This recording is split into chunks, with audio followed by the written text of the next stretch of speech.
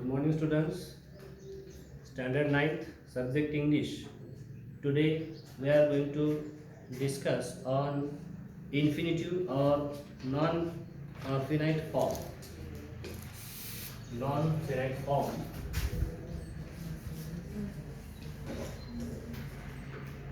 Non-finite form, or you may call it infinitive.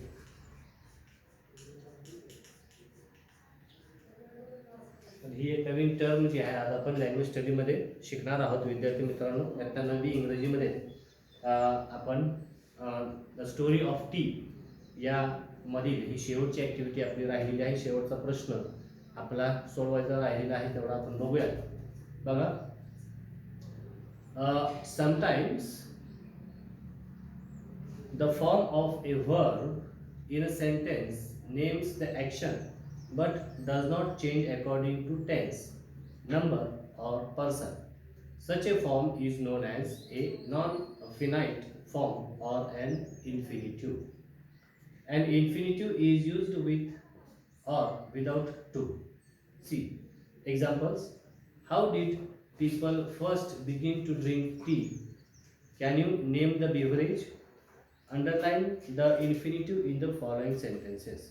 बघा, आता आपल्याला या ठिकाणी इन्फिनिटिव्ह शिकायचा आहे. इन्फिनिटिव्ह हा वर्ब असा असतो. इन्फिनिटिव्ह कशाला म्हणायचं की जो वर्ब हा मूळ रूपामध्ये येतो, त्याच्या आधी टू हे हा शब्द आलेला असतो किंवा प्रिपोजिशन आलेला असते.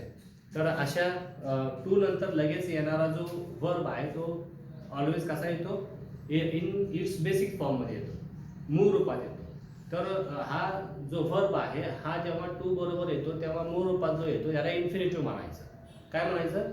इन्फिनिटिव्ह. आता तुम्हाला एक मार्कासाठी प्रश्न असतो परीक्षेमध्ये की find the infinitive or underline the infinitive in the sentence.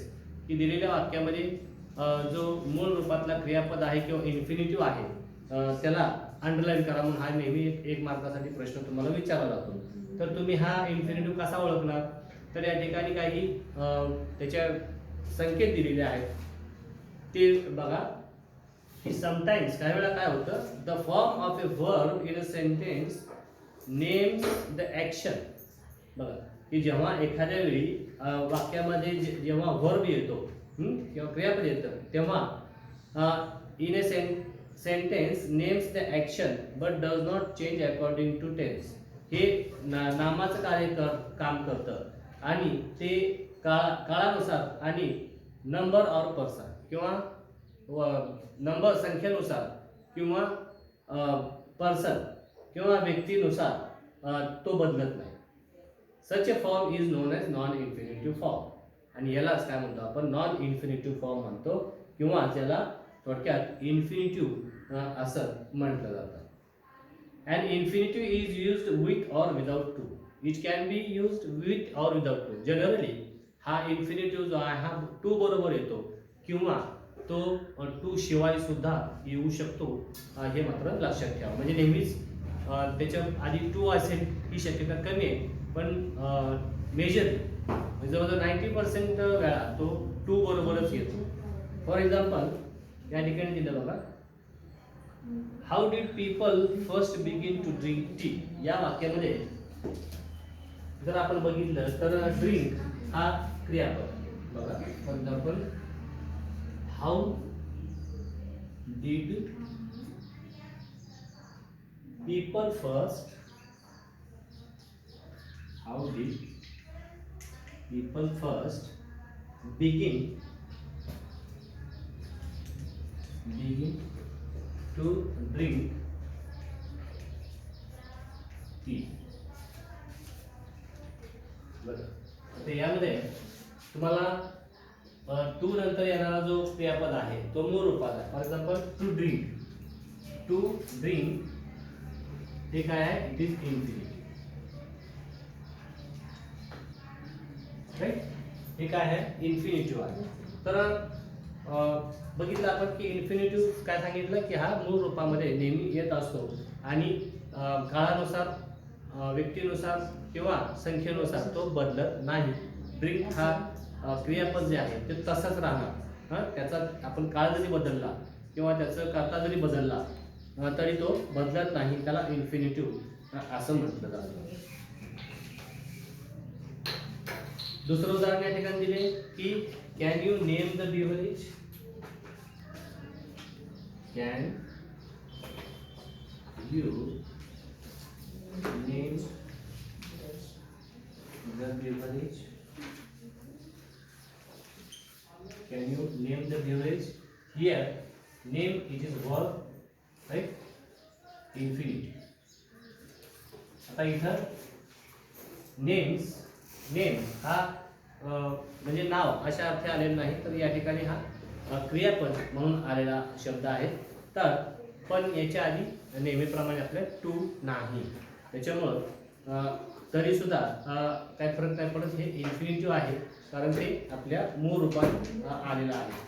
तर अशा पद्धतीचे काही उदाहरणं आपल्याला बघता येतील. आता हे 2 उदाहरणं दिलेली आहेत तुम्हाला आणि तुम्ही बाकीचे जे उदाहरण आहेत 4 उदाहरणं तुम्हाला सोडवायला दिलेली आहेत. बघा, it was funny to read words that stood still. बघा, it was funny to read words that stood still. एक उदाहरण सोडून आपण बाकीचे तुम्ही सोडवा. It was funny, it was funny to read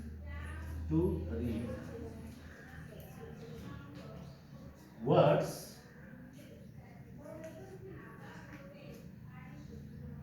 that stood still. That stood still. See. Then what is the verb here? Read. Right? To read. To नंतर येणारा जो क्रियापद आहे काय? Read. तर टू नंतर येतो म्हणजे हा काय असतो की हा मूळ रूपात असतो. टू मध्ये येणारा वर्ब नेहमी मूळ रूपात असतो आणि जेव्हा हा मूळ रूपात शब्द येतो, वर्ब येतो, तेव्हा त्याला इन्फिनिटिव्ह असं म्हटलं जातं. तर या ठिकाणी इन्फिनिटिव्ह कुठला आहे? मग to read is the infinitive. Then 3 sentences are given to you, then you have to solve this. To be or not to be, that is the question. आता याच्यामध्ये to be or not to be याच्यामध्ये तुम्हाला infinitive शोधायचा आहे. That is the question. हे पूर्ण वाक्य दिलेलं आहे. To be or not to be, that is the question. याच्यामध्ये इन्फिनिटिव्ह कुठला आहे त्याला अंडरलाईन करा. देन पुढचं वाक्य दिलेलं आहे तुम्हाला, can I read the book. See, can I read the book. You have to find out the infinitive. Then they could help one another with the homework and talk about it. बघा, they could help one another with the homework and talk about it. You have to find out the infinitive in these sentences. Some example, 3 examples we have given, and you have to find out the infinitive from remaining 3 examples, right? तर विद्यार्थी मित्रांनो, या ठिकाणी English workshop आपण पूर्ण संपवलेलं आहे. The story of T आपली या ठिकाणी संपलेली आहे. तर या धड्यामध्ये, या पाठामध्ये आपल्याला चहाची गोष्ट या धड्यामध्ये भरपूर माहिती चहाबद्दलची आपल्याला मिळालेली आहे. फॉर एक्झाम्पल, याच्यामध्ये बऱ्याचशा प्रश्नांची उत्तरं तुम्हाला सापडलेली आहेत की चहाचा शोध कसा लागला, चहाची म्हणजे चहाचा शोध कसा लागला, त्यानंतर चीनमध्ये चहाबद्दलची जी आख्यायिका आहे किंवा जी काय कथा आहे की चहाचा शोध कसा लागला, त्यानंतर कुठं लागला पहिल्यांदा, भारतामध्ये चहाचा शोध कसा लागला, भारतामध्ये चहा कसा आला, त्यानंतर जगभरामध्ये चहा कसा पसरला, भारतामध्ये चहा कधीपासून प्यायला सुरुवात झाली, भारतामध्ये चहाची लागवड कधीपासून करायला सुरुवात झाली, त्यानंतर विविध देशामध्ये चहा कुठल्या भांड्यामध्ये बनवला जातो, कशा प्रकारे चहा बनवला जातो, कुठल्या प्रसंगी चहा बनवला जातो, टी पार्टीज सुद्धा केल्या जातात. फॉर एक्झाम्पल, चायनामध्ये, जपानमध्ये, युरोपमध्ये, आणखीन कोरियामध्ये, भारतामध्ये अशा प्रकारच्या ज्या टी पार्टीज आहेत चहाच्या मेजवान्या सुद्धा केल्या जातात. त्यानंतर बघा, चहा कसा तयार करतात, कशामध्ये तयार करतात आणि चहा कशामध्ये वाढला जातो, पिण्यासाठी चहा कशामध्ये दिला जातो, याच्यामध्ये सुद्धा विविधता आहे. तर ही विविधता, ही सगळी माहिती, मग चहा कसा घेतला जातो, चहा घेतल्याचे फायदे काय आहेत, तर हे सगळं माहिती आपण द स्टोरी ऑफ टीमध्ये घेतलेली आहे. तर मित्रांनो, या ठिकाणी थांबतोय आपण. याच्यावरती पॅसेज वाईज प्रश्न उत्तरं तुम्ही वर्कबुकमधून सोडवा आणि पूर्ण करा, ते वर्कबुक पूर्ण करा. तर थांबूया आपण इथं. थँक्यू.